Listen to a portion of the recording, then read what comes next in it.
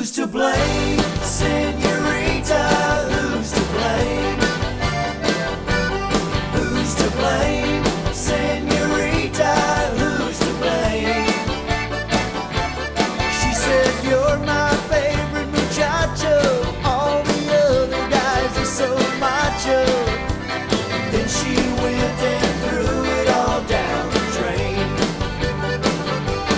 Who's to blame, senorita?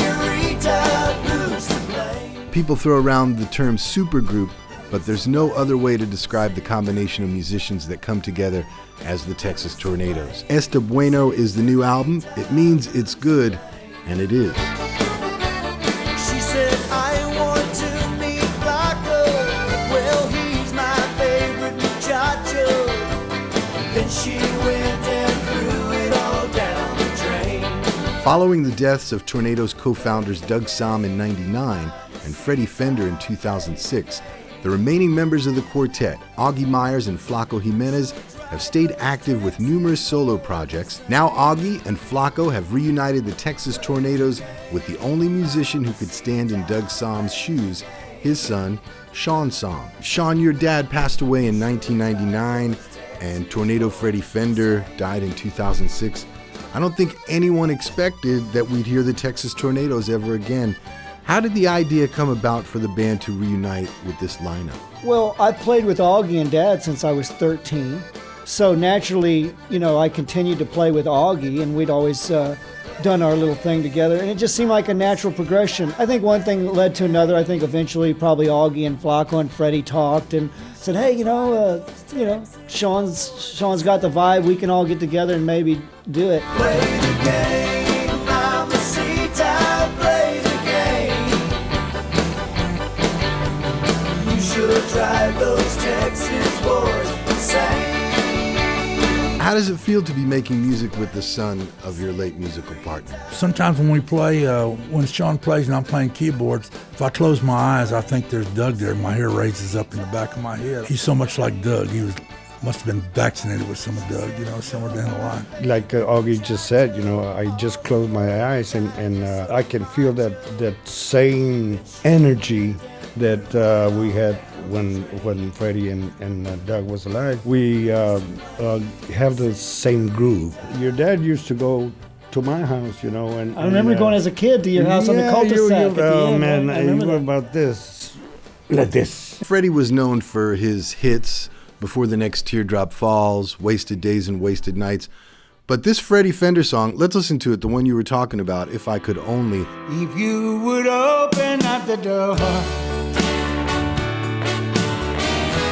the one you have inside your heart, if you would say you love me too, do the things we used to do before you broke my heart. When I heard it, I immediately knew it was special, and I wanted to keep it what I call 1956. I wanted to keep it old school because I thought that in my heart, I thought, man, this could be the last of that style of Freddy Fender crooner songs. And it's the last song he ever wrote? I would probably say it was.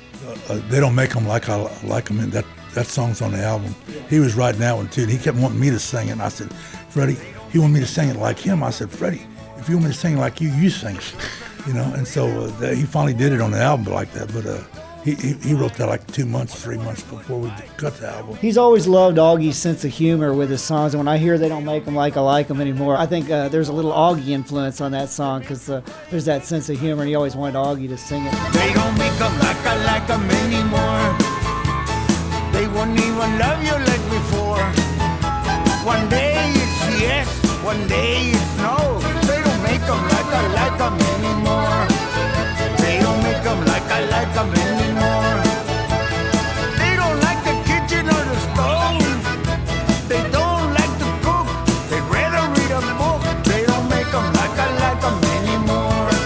In true Tornado fashion, the songs were a mixture of things from the past and things of the new. Everyone, me, Augie, and Flaco, the whole band were way into it, the details. We were in mastering right now, and we were still tweaking things and doing. So that's how much we care about this product. And I think it shows at the end of the day. Augie's Vox playing on the money, Flaco's on the money, Freddy's songs were great. So, you know, that thing was apparent from the get-go to me that everybody was there taking this real seriously and bringing their A game. The new Texas Tornadoes album we're talking about, Esta Bueno, it's being released on Bismeaux Records. That's a label run by Ray Benson, the 40-year frontman of Asleep at the Wheel.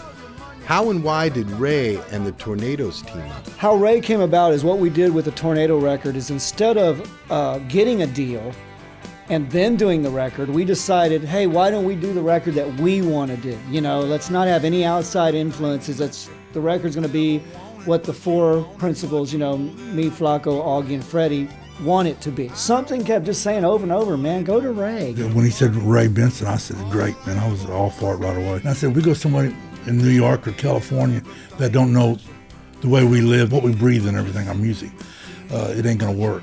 So I said, let's just go with Ray and stay in Texas. And if something goes wrong, we're only 70 miles down the road instead of 5,000 miles or 500 miles, you know.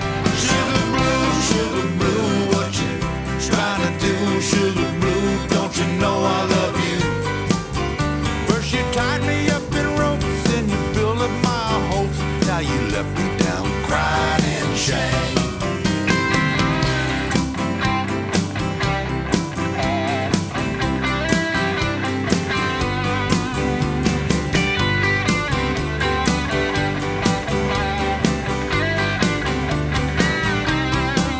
The music of the Texas Tornadoes is perhaps best heard live, where the core members are once again going to be out on the road backed by the musicians they toured with for years and a couple of new additions.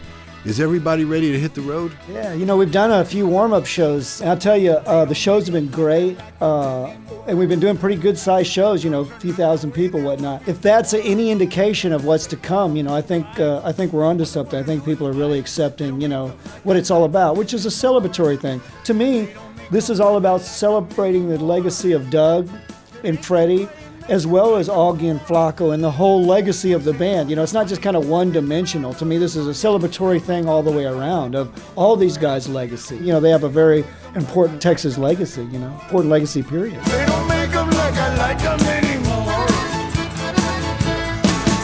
Thanks to Augie, Flaco, Freddy, Doug, and Shawn, Esta Bueno. It's good.